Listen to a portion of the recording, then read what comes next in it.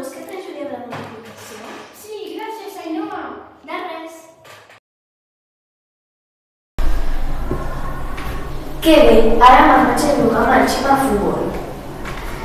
Ainhoa, em podríeu dir a vosaltres? Esclar que no, tu li feies bullying a en Gemma.